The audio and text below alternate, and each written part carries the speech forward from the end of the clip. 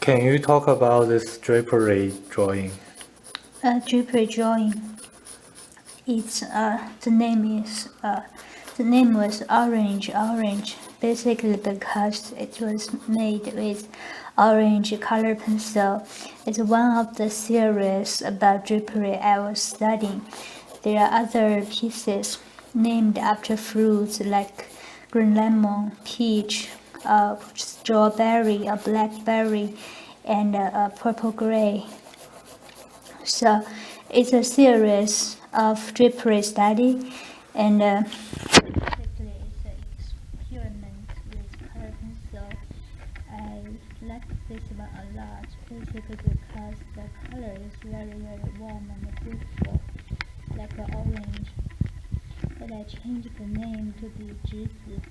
Zhizi is a new art name of mine, not new. The first time I used it in my work. And this one is named after Zhizi, which means it's a new start for me. Not completely new because I started half a year ago. Didn't finish it because I was short of orange color pencil leaves. I was short of orange color pencils at the time I was doing this one, and I waited, and the delivery was late, and I was very anxious. So I started another piece, which was going on simultaneously with this one, like 2 or 3 pieces going on simultaneously together. And I started the other one, I continued the other one, and until that finished, I started another one, and this one was delayed over and over again. And just last week, I finished my master copy, my second time master copy after the great artist Leonardo. And I think I would like to try something colorful, because that one was basically black and white, but I used orange color pencil to be the underpainting underneath the illusion of light and shadows. And it's really nice because the orange color pencil gives you a tone. So there is a temperature and there's the atmosphere before you're actually doing the shadows. But I had some difficulties because color pencil is kind of glassy. It's glassy and it's not reflective, but if you draw cross-hatching on a piece of paper with color pencil, like 7 times or 8 times, it becomes glassy. So after that, you think the underpainting is perfect. Now it's time to do the shadows with a regular pencil, but the pencil couldn't put it on. It couldn't stay because the color pencil already made the paper glassy. So that was a new discovery for me. I never thought about that I should do the underpainting first, make it perfect, make a perfect foundation for the pencil work. But when I do that, I realize that the limitation of color pencil is it's glassy. The material limitation part of difficulties. So I remember this drapery study with orange color pencil experiment. So I do it again. So this time I won't use the color pencil to extremity. I won't push it to extremity and then do the pencil work. I'll do it only 50%, and then I'll do the pencil work, and then I'll come back to the color pencil work, and then I come back to the pencil work, and then mix them together and make it look like sculpture, like clay. There's a kind of yellow ochre clay, looks like sculptures. That's very beautiful because one is a black and white pencil drawing is kind of cold, especially you use a super white paper, so the drawing looks very cold. Especially after you do all the shadows, the drawing looks a little bit bluish. But if you use the yellowish paper, if your drawing paper is a little bit yellowish, and after the shadows done, it looks like it has tones, somewhere warm, somewhere cold. It's very interesting. So I want to push that to a point where it's more full. The temperature atmosphere is more fully developed with color pencil and pencil mixed together. So the color pencil, especially orange color pencil, pink color pencil, would be the warmer part of the work, and the regular pencil, actually my mechanical pencil, would be the cold part of the work, and two parts should work together very well and build up something warmer and colder together. And actually you could never separate colder from warmer, right?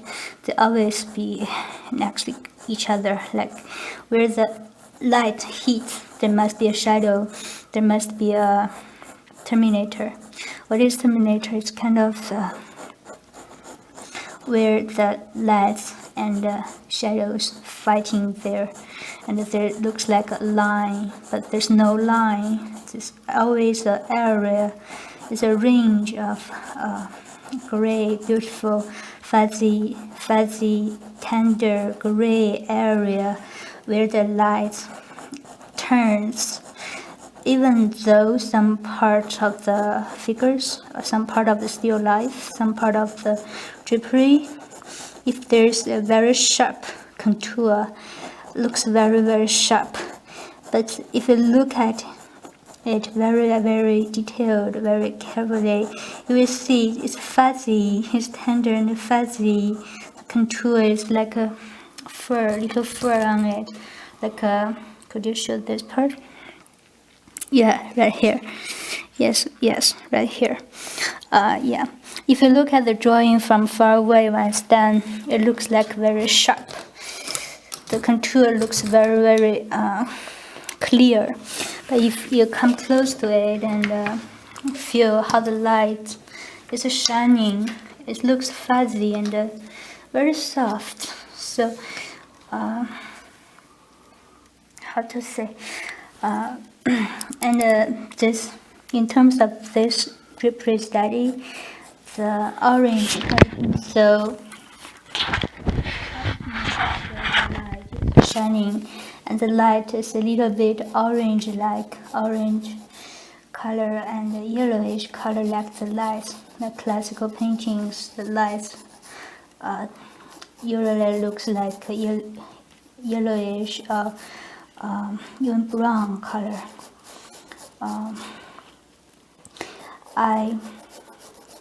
The reason I do this series of drapery study because of the grand artist Leonardo da Vinci's work. I was attracted and fascinated about his work a lot. The drapery study was one part of this attraction, and when I look at his work, I wonder how he made it. And I did copies, and I set up similar draperies. Sometimes just throw the drapery on the floor and follow the puzzled trap of the still life and do the master study. And one interesting thing is I was told by a classmate that he did use plaster to put plaster on a model and make it still and make it plaster like a sculpture, drapery, and then he draw it with pencils, charcoals, and then with brush. Look, it's super real, super strong, super solid. But if you look at it very carefully, the details are so tender and wonderful and powerful, and every single amazing word you can use on it. I was amazed, but I was really amazed and admire his work a lot. But the more I look at it, I printed the books. I printed his Drapery studies works and put them on the wall where I walk by and look every day for so long time. The more I look at his work, the more I question myself, ask myself the question, is this what you want to do with Drapery study? And I said, no, not entirely. So what do you want to do with Drapery study? And I think, I don't know. But this is not exactly what I want. But this is where I want to start.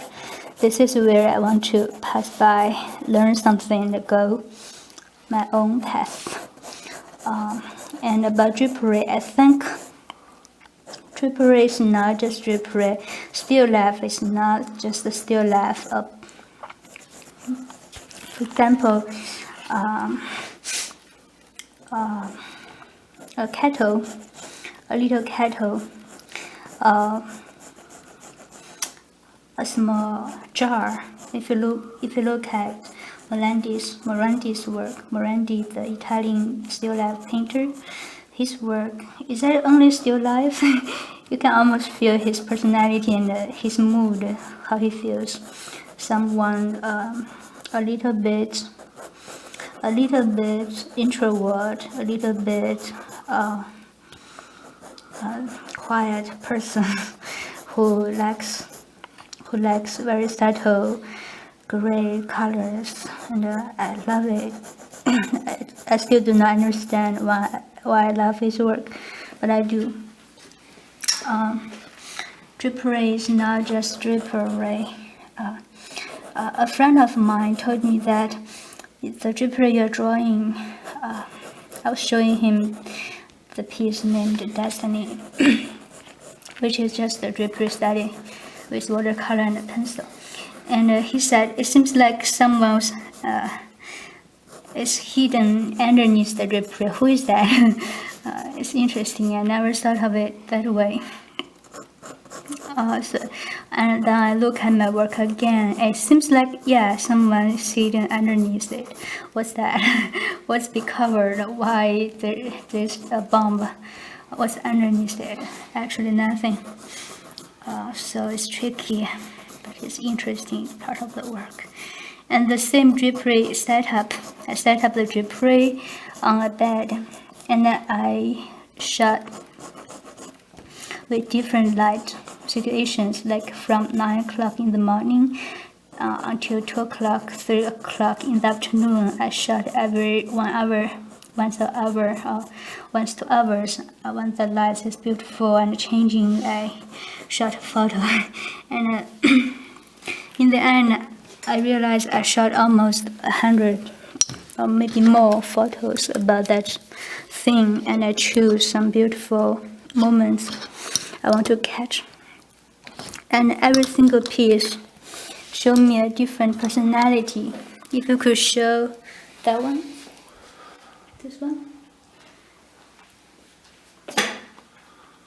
Could you show the little photo over there?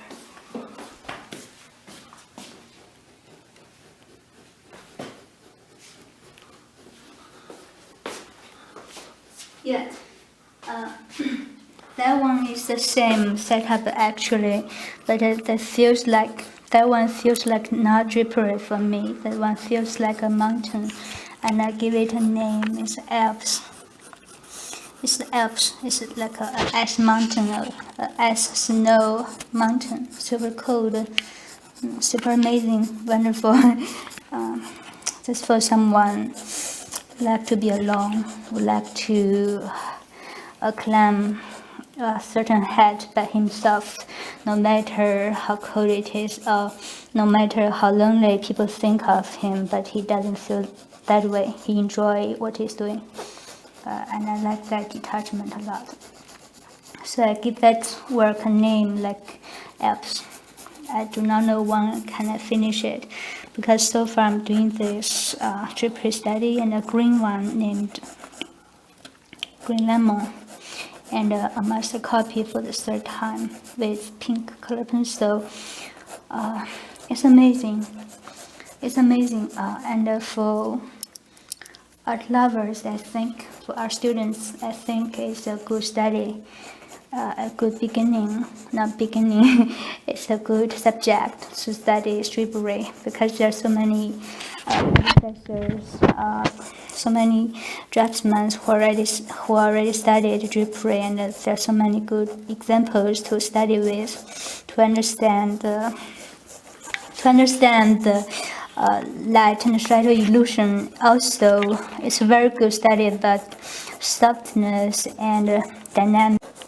Drapery study is a good subject to study the mixture of softness and dynamic, because the fabric is soft, obviously, maybe harder, but still soft fabric.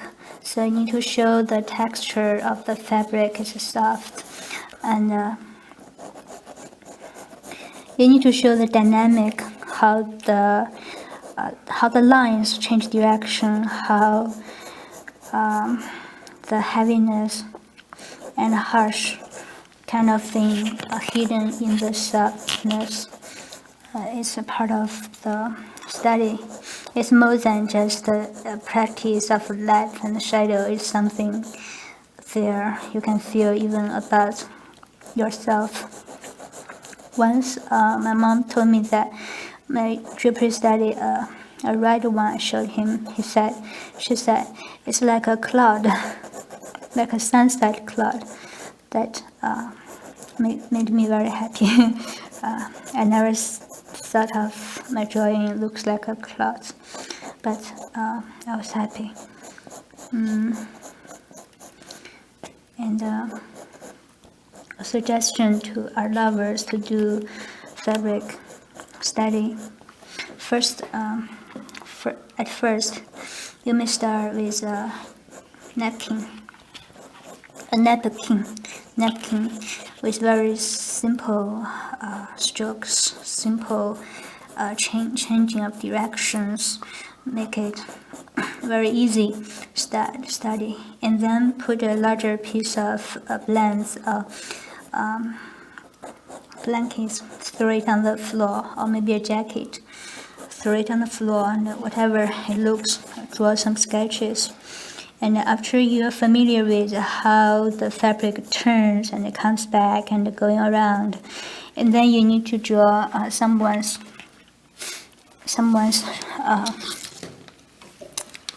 you need to draw a model with clothes on, like a jacket, trousers, how the trousers turns underneath the knees, how they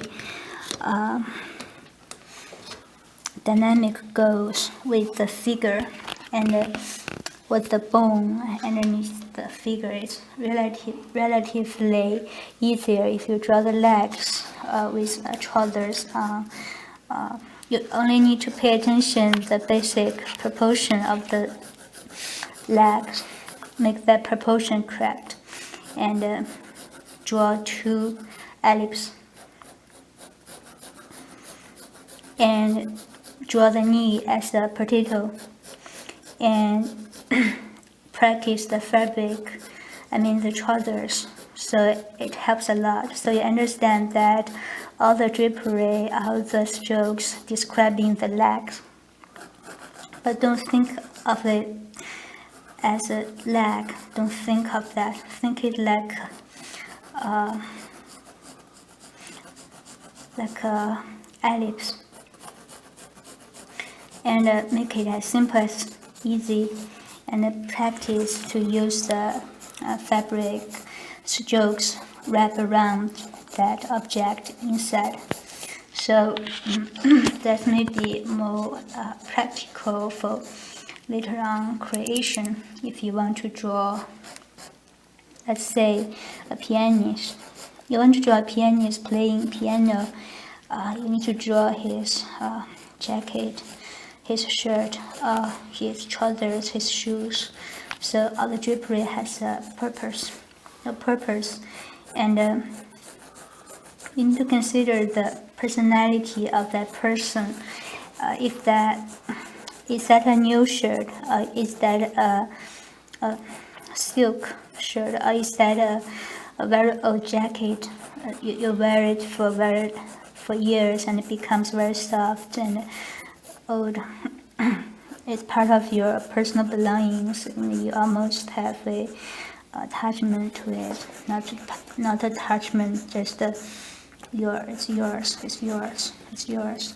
So how you draw it, something soft and something belong to you. Is there a difference? You draw something new washed, new whitened, like a tower in a gym at the swimming pool. What's the difference from a tower of your own? You brought it there. What's the difference if you draw the two towers? So that's pretty much the fabric I was thinking.